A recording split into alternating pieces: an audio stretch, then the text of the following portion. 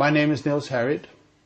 I have a master and a PhD in chemistry, and I'm associate professor at the University of Copenhagen, and I have been so for almost 40 years.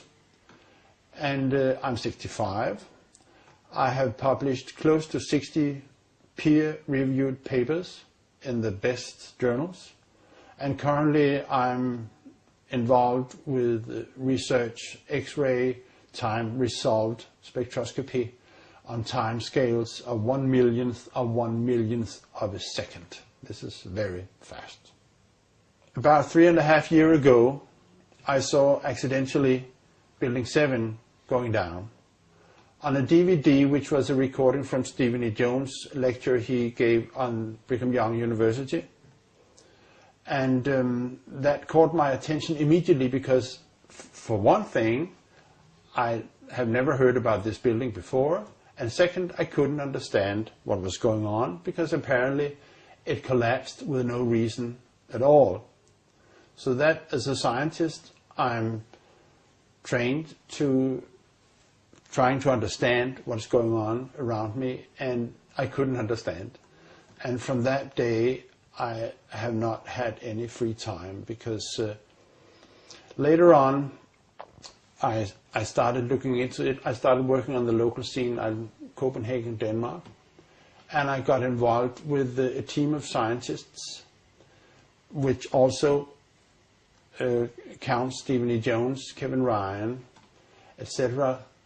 A total of 9 people, and in a kind of research investigating the dust from the collapse on south of Manhattan.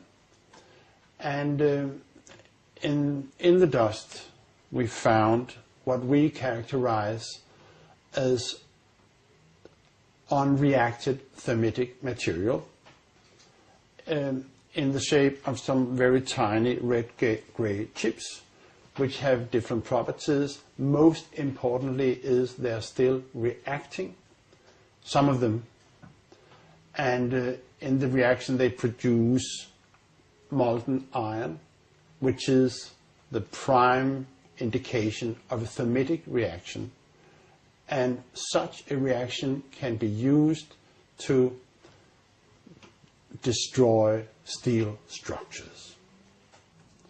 Now, thermite is, in the old-fashioned thermite, is a mixture of pulverized aluminum and pulverized rust. And if you can get this mixture to react, which is not so easy, it produces tremendous heat, and this is what you call an incendiary. An incendiary is something which can be used to destroy something by the means of heat, while an explosive is something which acts with pressure. It knocks things apart.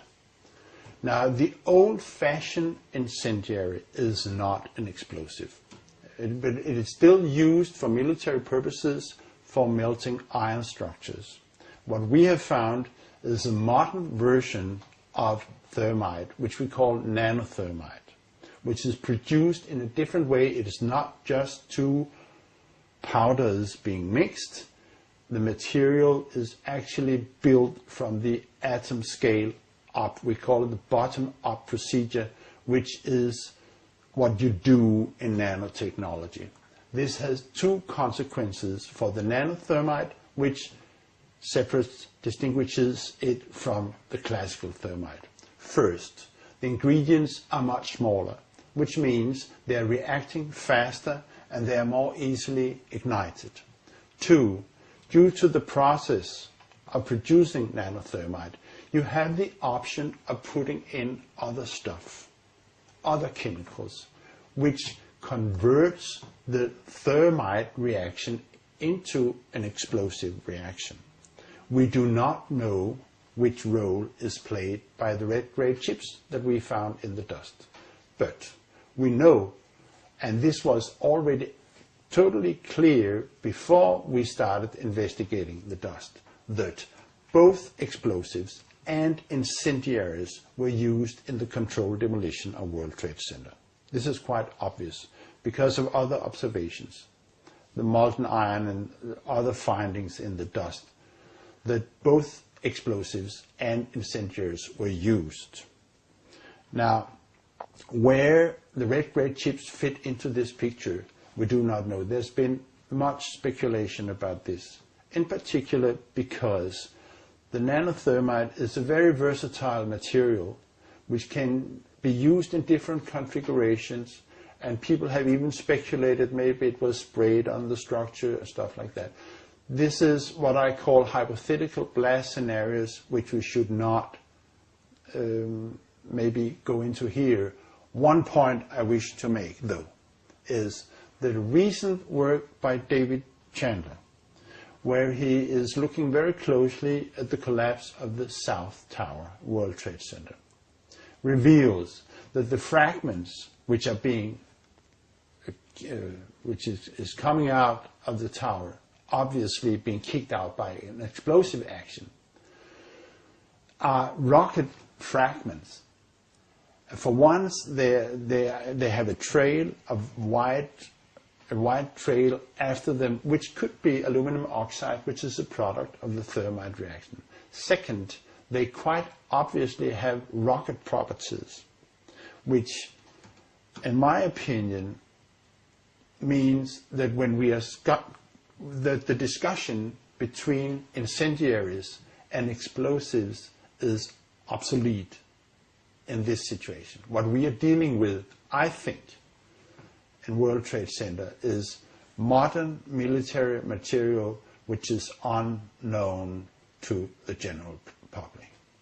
And the red grade chips, the unreacted nanothermite that we have found in the dust, is just an indication that there is something wrong. It shouldn't be there. But my feeling presently, we are recording this in 2010, is that we haven't heard the whole story yet. The findings of the nanothermite in the dust is an unambitious proof that something was going on September 11th, which was unusual.